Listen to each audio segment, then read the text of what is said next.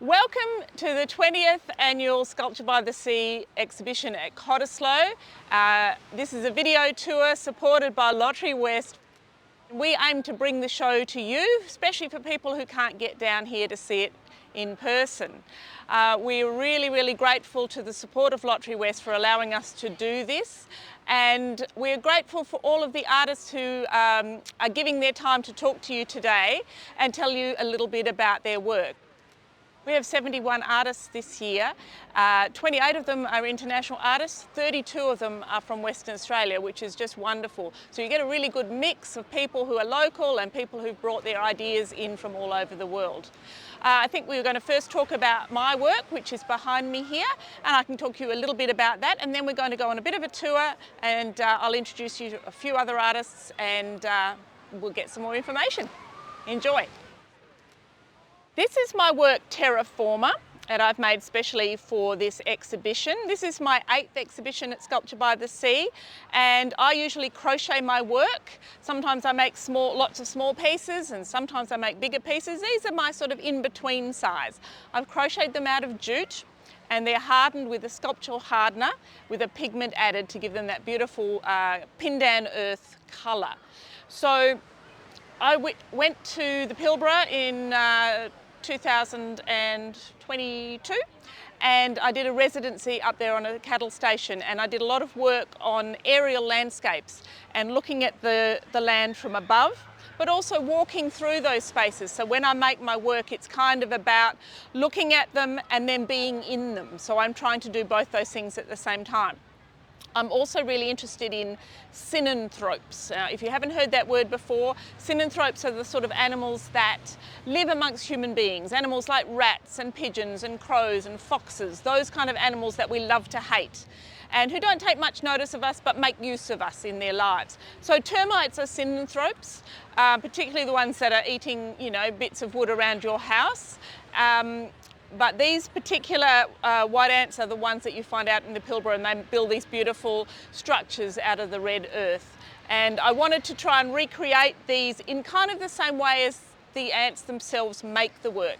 Little stitch by little stitch, little piece by little piece, growing them as I go, although they would build them up from the ground, whereas mine are made from the top down. I enjoy making them. It took me a couple of months to make, but I crochet probably about 12 hours a day, usually 7 days a week. So there's a lot of work in them, and my hands are pretty sore, but I think it was worth it. I hope you do too. Good morning, Sam. It's lovely to see you down at the beach on this beautiful morning, and great to see you back in Sculpture by the Sea again. Which number are you up to now? How many times have you done it? This is my 3rd Cottesloe and 5th overall with Bondi's. Fantastic. And what's also nice about seeing people each year or every few years is looking at the evolution of their work and how you change your medium sometimes, or the way of working. Is this piece an evolution of the way you've been working, or is it a bit of a departure, something new? Yeah, definitely I'd say an evolution. So I've been working on the experimental of metal inflation, so that's how this work has been constructed. So essentially it's putting 2 sheets of metal together, or in this case it was 5 sheets, and then blowing it up with pressurised air to get this inflated form. So when you are making this and you're inflating it with air, do you know what you're going to end up with, or is there a degree of kind of accidental magic happening? Yeah, there's definitely the unknown. I dictate it to a certain extent, which as you work with the inflation process, you sort of learn what some things do. So by the shapes I form and put together, I kind of have an idea of where folds will happen, but you do get the unexpected as well, which is the great part of the process. It's the fun bit, isn't it? Yeah, the fun bit, for sure. But nerve-wracking bit as well, because there's a lot of hours before the inflation, and it can go all wrong. Yes. You don't know, so. A bit like when somebody makes something out of ceramic and they put it in a kiln and it explodes. Exactly. Kind of Yeah. But I think living on that little edge is what artists really seem to enjoy. Yeah, which is great. In terms of scale, when you're using this process of inflation, which is extraordinary really, I'd love to see you actually doing it and to see it blow up. How big can you go? Is there a limit to how big you can make a piece? There is limit to an extent. In this particular, going with mirror polished stainless, I'm limited to sheet size that you can obtain. Yeah. Especially in WA, we get a lot less of options over here. So I'm limited in a way with that, but the more I'm doing it, the more I can realise the potential it has and other ways I can go. So I have a few ideas of using it to go larger. Aha! But this take is over the world. Yeah, inflate the world. But this is definitely the biggest I've gone in this process. Fantastic. And the mirror finish is always really interesting down at the beach because you're just reflecting all these beautiful blues and the sunshine. I think one of the things people quite often do for sculptures down here is, in the public, is a reflection, so you can sort of see yourself in the work. It's a way of putting the viewer in the work, but they don't look like themselves. It's a bit of a funhouse mirror effect. It is. It has a carnival funhouse mirror effect to it, and it actually is quite hard to get a selfie of yourself in it because it is so distorted. So I've found people are continually walking around to find that spot they can actually get a photo of them, you know, not too distorted, but that is Which is kind of it. interesting because it's sort of like you're saying, this is not about you. Yeah, yeah. Stop looking at yourself, Yeah. look at the work and look at what's around you, which is kind of interesting, yeah. Fantastic. Oh, I love it. And does it turn around or is this one fixed? No, this one is fixed just in terms of public safety. Yeah. But yeah, But you have made ones that turn. Yeah, the smaller works I've made ones that rotate and then play with the movement as well. Yeah, and the reflections Yeah. and the shadows and Yeah. things. It's absolutely beautiful piece. Congratulations. Thank you very much. Thanks for chatting to us today. Thank you. All right, now we're going to go and look at the next work.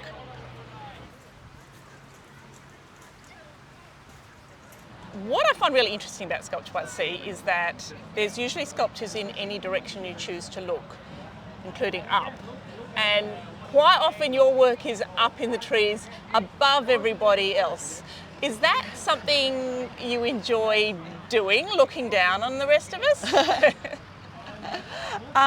No, not looking down, but I am actually, they are cloud-like forms. They're not literally clouds, but because people can see many different things in them, they're quite abstract. But I like things that are ethereal, that are ephemeral looking, and so being detached and not earthed immediately gives you that sense of, as you say, floating above and disconnected in a way.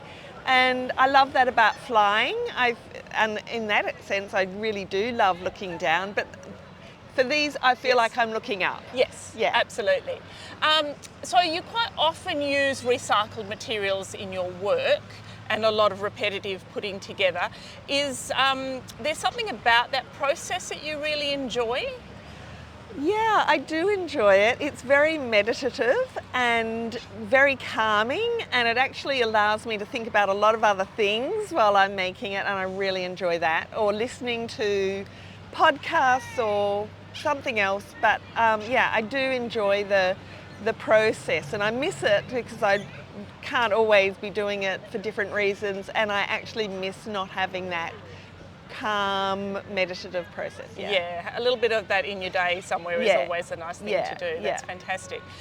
In terms of putting a work up in a tree over a busy path, is there a lot of engineering that you have to think through? Even though your pieces are light and they're not going to hurt anybody, how do you think through that process of putting something up in the sky? Yeah, well, I've been very lucky to have a very good engineer who helped me out very early on in my experimenting with this, and he really set me up to think about what needs to happen and explaining all these technical engineering things about breaking strains and just a whole lot of things that I'd never thought about, and that really stayed with me. And because everything's been a lot of these very light works, you know, it's now the work's been done because it was all done back at that first one. Yes. But you know, I have hung heavier things, and then it's like starting back on the blocks. Right. Yes. And so artists have to be mathematicians, engineers, all sorts of things, as well as just being creative, don't they? They have to think through all that problem solving. Maybe that's sometimes where the fun is in that problem solving area. I think the head aches, but when the problem is resolved, it is you kind of go, oh, you know, I'm giving myself a gold star because I didn't think I was going to be able to work that out. So, Fantastic. yeah. I'm going to give you a gold star. It's beautiful work. Congratulations Thank you on so it. much, Michaela. And we're going to head off and talk to the next artist now. Great. All right. Thank you. Hello, Tanya. How lovely to see you. Nice to see you too. So lovely to be down here. We've just been talking to Kathy about her work, which is suspended under the trees and is made out of lots of little bits of meditative work. Your work's quite similar in that respect because it's up here behind us in this beautiful tree. Would you like to tell us a little bit about your process? My process is knitted. I hand bend my wire. It's all made with a knitting jig, so it's one continuous thread that I use with that whole sculpture, and then it's all knitted together once I've made all the knitted loops. Yeah. Fantastic. Is the process of making out of one continuous line important to you? Is that something that you find is a useful part of your meditation? It is and it isn't. It's partly to do with structure, and it's partly to do with I don't like joins in the wire. You know, if I can solder them, but then they become a weak point in the structure. So I like to use as long a piece of wire as what I can as possible. Okay. Yeah. Though that probably does make it harder to work, I guess, if you're using. Fantastic. Yeah. As you can see, I wore my earrings that you made today because I'm such a fan of your work, and that does show the scales changes that you work at. So you make really small stuff and you make really, really big stuff. Are there differences in the challenge if you're making really big stuff? Oh, definitely. Quite often I'll make a small maquette to figure out the numbers behind the work. There's a lot of maths in what I do, and if I don't do that, sometimes you just start on the big work and you find that the sculpture will implode on itself, and you need to rework it and redo the numbers. So yeah, and also the thickness of the wire, what you're doing, to a certain extent it's intrinsic in what I know what I'm doing, but you still need to be able to take care of that and make sure that it's all going to stand up and suspend. Like that sculpture could implode on itself if it wasn't structural enough. Yeah. And the beautiful little shapes, I believe they're the little caps off your gumnut. They are, yeah. I love the way a gumnut flower explodes and the little cap pops off, and they're all on the ground under the trees. I did actually have some to bring in there.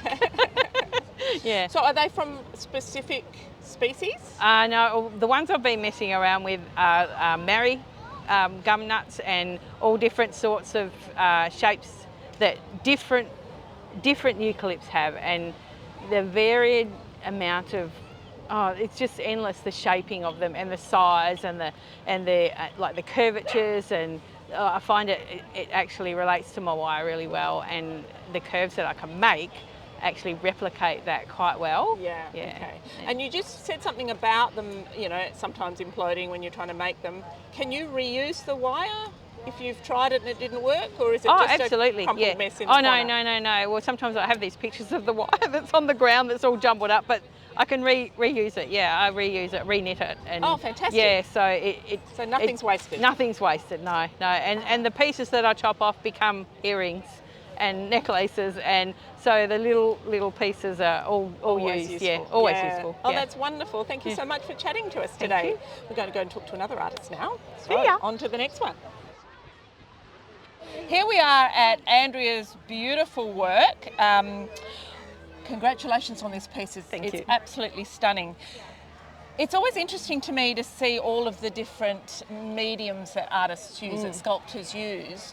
And when you do a ceramic piece, I always think there must be such limitations on how you can make a piece big enough for outdoors and safe enough for outdoors. Do you want to talk us through a little bit about your process? Sure, thank you. Talking about process is always interesting in that sense. The size of each individual object was limited by the size of my kiln. I did not want to go and get a bigger kiln for the purpose. So with that in mind, I wanted to create a multiple of interconnected objects. So There is lots of kind of geometry involved in that, from the tallest to the shortest and from the widest to the narrowest. So there's a lot of maths involved in that To respect. start with, yes, and then each one is made individually, so there are no molds, it's just hands in clay. And because each one is a different shape, the clay demands different treatment in a sense, because the tall ones are standing on top of each other bits, the short ones are more lying down, so the clay would sag. If you think about how would you make it with fabric, Yes. that's kind of the same sagginess that would happen working with clay. Gotcha. Okay. So each one is not just individual to look at, but it's individual in its thinking, in the way you have to Absolutely, make it. yes. That's amazing. Yeah. We've just seen some lovely students interacting with the work. How robust is it to do ceramic? The clay is really, really soft and pliable while you're working with it. Then as it dries, it becomes really fragile. When it's fired, it's timeless and as strong as any material I can imagine. So because this is actually thin shell of clay, they are filled with concrete in order to make them more heavyweight and more stable, Right. right? So That's really interesting because they don't look heavy. There's a lightness to them, and it might be the rhythm and the way they move. So it's really interesting to hear that they're actually quite solid. at this point, they're really very solid. Beautiful. And yes, you kind of need some physical strength in order to work with clay from that perspective. Yes, all of the female artists I know are Absolutely. Yes. pretty good muscles. Yes. Have pretty good muscles. And the surface of them, you've got this beautiful dripped pattern, scribble pattern on the surface of them. Can you explain what your thinking is behind that pattern? So there are two elements to the surface, texture and pattern and color. So the surface is porcelain clay. So it's purely clay, nothing else, but porcelain is very white, so, Yes. and tactile is different than if I was applying glazes. Yes. The surfaces are reminiscent of neurons in the brain. Ah, However, they are also reminiscent of the roots of the trees. They're kind of similar in that system of networks yes. that are happening. Like rhizomes under the ground. That Yes, kind of thing, exactly. interconnection. All Okay. of those kind of a very natural objects rather than human-made. Sure. And what I was looking for is that interconnectiveness in them when making the textures. So they look almost literally tied together. They They're do. tied by this pattern. That's beautiful, and they're tied by the rhythm of the In shape. technical terms, if the pattern is applied too early or too late, it will flake off.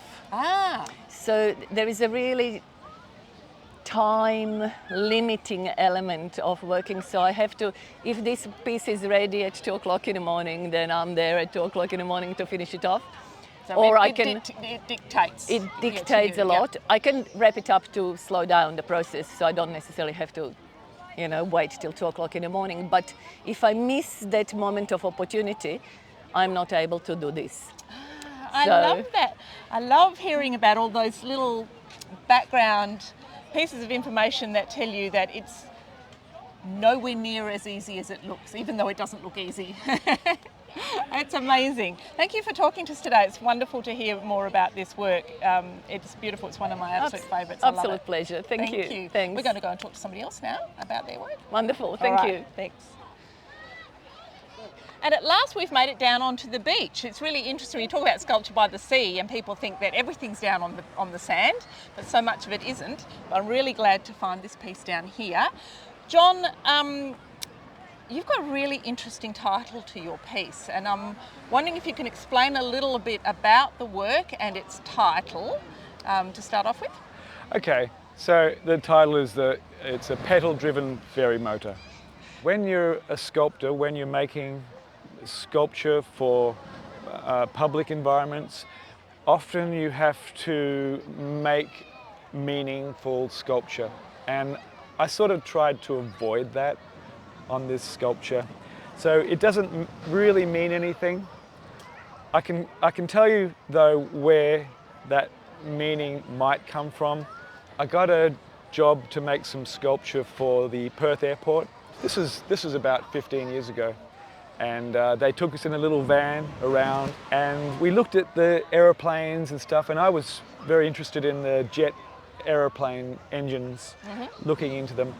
And I came away from that thinking, well, how am I going to approach that as an artist? And I started looking at Leonardo da Vinci's drawings of water and vortices in water, spirals and shapes in water. And of course, Leonardo da Vinci, an artist, it really inspired it and kind of invented flight, propellers and that sort of stuff.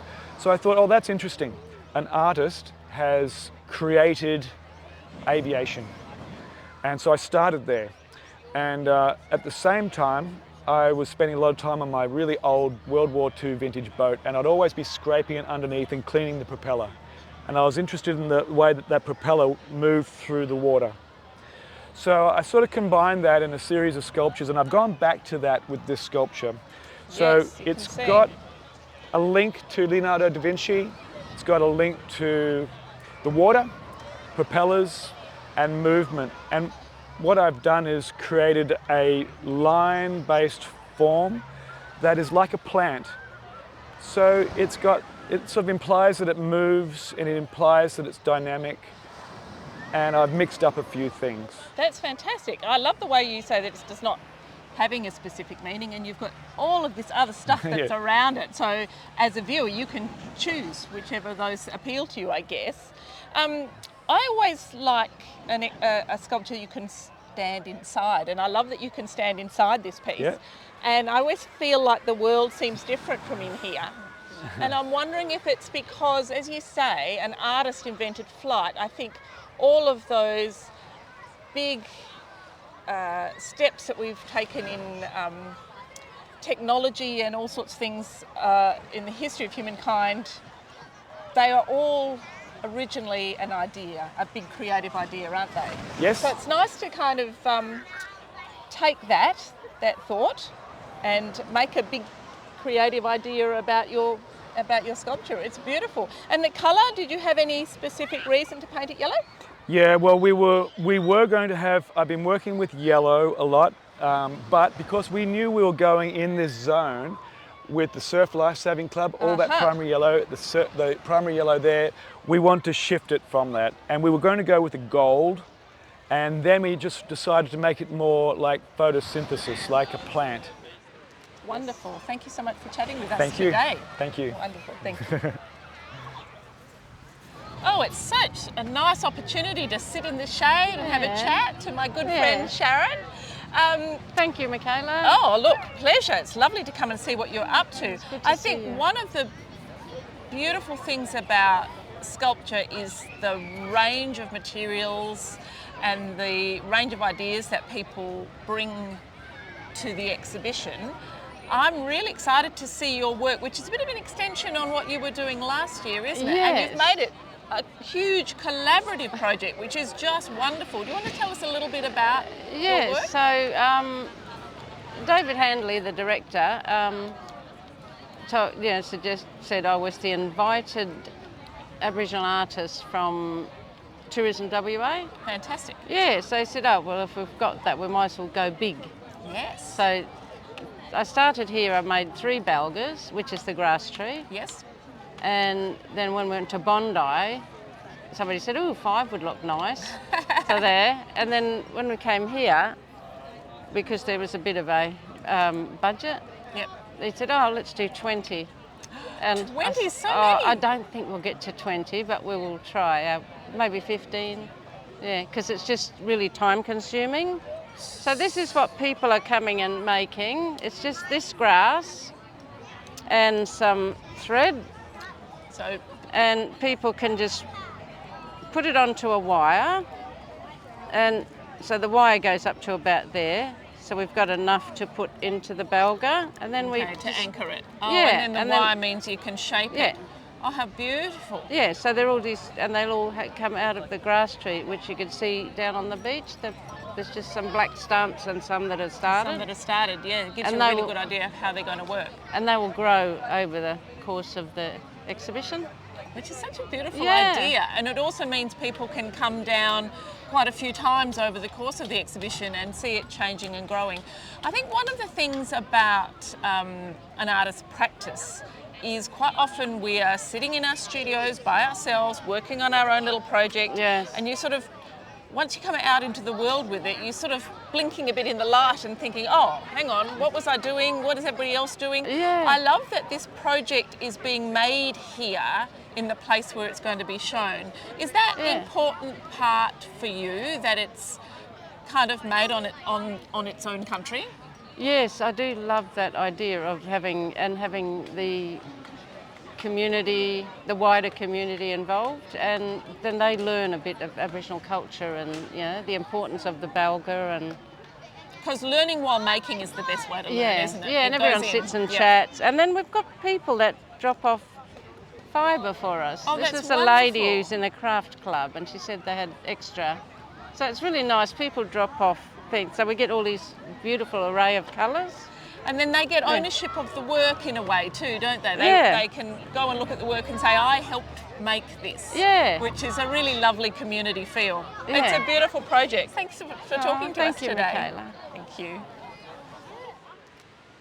Okay, April Pine, how lovely to see you today. You too. And wonderful to be down here on the sand, although it's a little bit warm about now. It's toasty, that's for sure. It's always interesting when you choose your spot for Sculpture by the Sea, whether you get down on the sand or whether you're in the shade, and sometimes you think, oh, I'd really like to be in a nice shady spot to Yes. work, like I was just with Sharon at the moment. But sometimes you just have to brave the sun, Yes. because the sun and the sand and the light is what you need for your work, isn't Yes, it? yes. Would you like to talk to us a little bit about this work? And then we'll talk about some of your other works that we've seen. Well, just on what you were talking about, actually, I haven't really talked about that, but I picked this spot because it offers a really clean background. Right. And for my work's connection with landscape view behind. Yep. And I'm a little bit of a purist, so I love clean context. Yes. So it's a really nice connection with the landscape.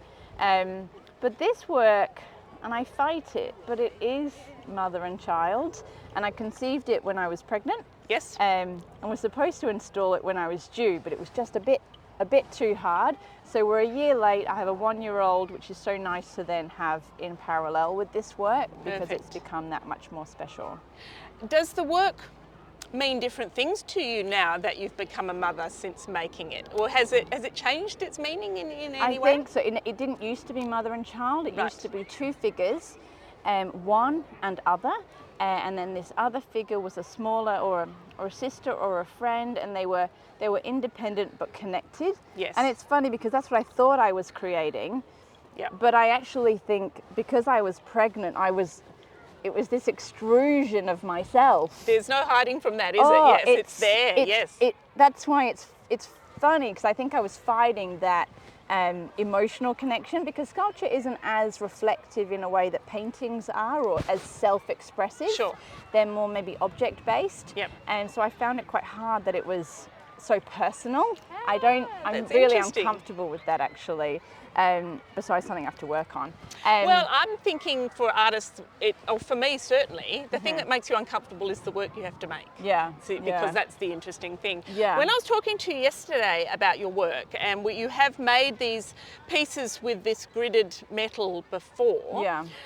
You said something about making the holes in the middle, which was a new thing for you. Can you tell us a little bit about putting that space inside? Well, as you know, sculpture is so three-dimensional, and it's also about reaction with light. Yes. So it was trying to use nature to inject light within the sculpture and try and trap it, Right. so that perhaps the sunlight might illuminate it from within. So just the beginning of testing those devices to try and bring light within a sculpture. Right. Instead of, often it's like how do we light up a sculpture, project light on. It's how do we kind of engage nature to encompass Harnessing and embody. the sun to do the job Yeah, for you. yeah, Yeah, for exactly. sure. So last night was really nice because we trapped like an orb of light just in this kind of, Beautiful. I don't know. Isn't it wonderful when Yeah. your plans work? Oh, it's Because they don't always. It was a nice surprise because you can like have an outline of what you're trying to Yeah. create, but you don't want to be too rigid. But it was a nice like, oh, okay, there's something here. Yes. So now I get to go and test that further Yeah. and see how I can trap light within a sculpture. Brilliant. So that's the beginning of a new a thing to explore, I think. Which is wonderful, and we really look forward to seeing what you come up with Yeah, next. That's yeah, very yeah. exciting. Oh, I'm going to thank let you you. get out of the Thank sun you. now. Yeah. Thanks for chatting to Likewise, us. thank you. Bye. Good morning, Alessandra. Good How lovely morning. to see you here at the beach. Thank you. I came and looked at this work last night, just after the sun had gone down, and it was so beautiful and it was like it was sleeping. But this morning with the sun on it, it's absolutely woken up and is alive. Can you tell us a little bit about this work? I understand it's called Still Life Yeah, in Natura Italian? Morta, In still Italian, life. yeah. Yeah. Can you tell us a little about yeah. it? So for this work, I wanted to link sculpture. I'm a painter well, I'm an artist, in fact. But I've came from a painterly background, Yes. and then I moved into sculpture, and I really wanted to link the two practices in a find a media that will allow to do that. And I'm also from Venice, so I think my attachment for glass and colors and reflection, I don't know, there is something. It's cultural, it's isn't it? cultural. Yes, yeah. And so for this work, I use still life as the bounded media. So it's a typical still life, a Yes. fruit. Now, because of how this growing is, I had to separate the elements people can work, because you have to work people with the can move between them, environment. sure. But Yes. the idea is this white canvas, and the pieces are stainless steel and glass, and the reflection throughout the day will change, and hopefully the colors will mix. Yes. As in a painting. So it is a 3D painting, which is Yeah. kind of interesting because you start off with a still life is a 3D thing that you were rendering into 2D, Yeah. and you've taken that and turned it back into 3D. It's a really interesting process. I'm interested that over the years that you've been in Sculpture by the Sea, how many times have you done this one? This is my ninth. Ninth year, wow. Here in Nearly Cottesloe, and 5 in one day. Right, nearly in the decade club. Nearly.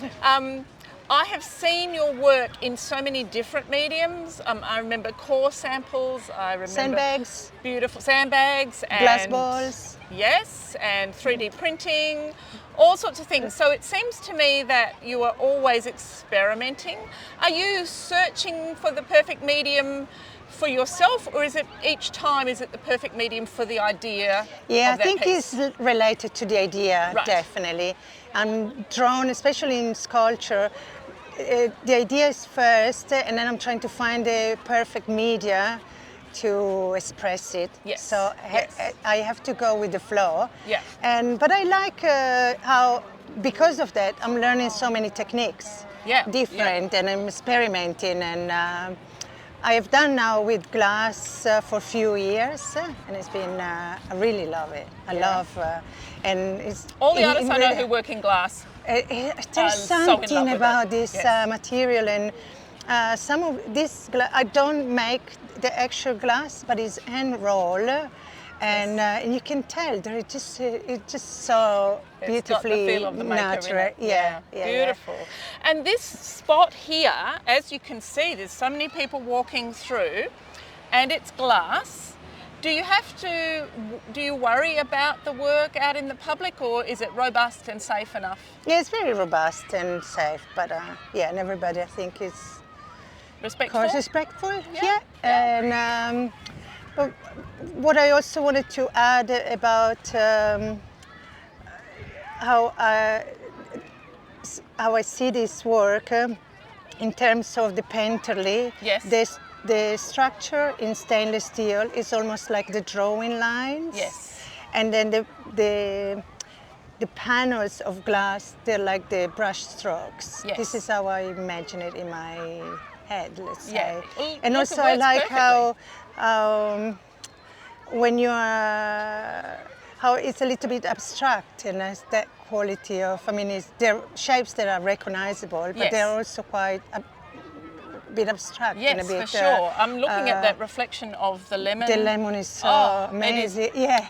So perfect. Yeah. Yeah. I guess maybe because in the reflection you lose a little bit of the black lines, the strong lines that are in the actual sculpture. In the reflections they're softened, Yeah. and it looks more like a painting. It's really effective. Congratulations, it's a beautiful piece of work. Yeah, thank you, Michaela. Wonderful. Thanks for talking to us today. Great, You're thank going to you. head with us to the next piece? Of course. Wonderful, thank you. Wonderful, thank you.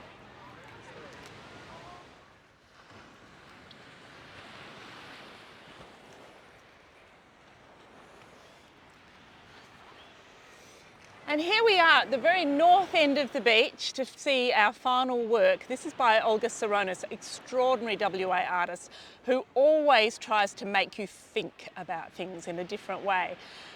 When you have an exhibition like Sculpture by the Sea and you have so many different works, you kind of sometimes get an accidental theme running through it.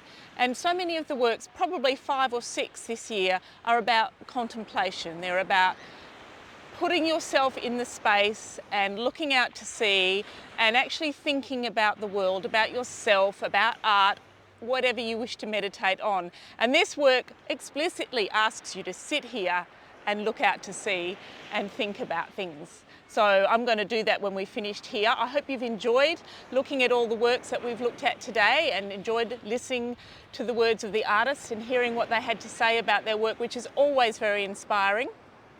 I'd like to thank again Lotterywest for their support of this show and of this video and allowing us to bring you this video so that you can enjoy this work as much as we have been down here in the sun. Thank you for listening. I'll see you next time. Bye.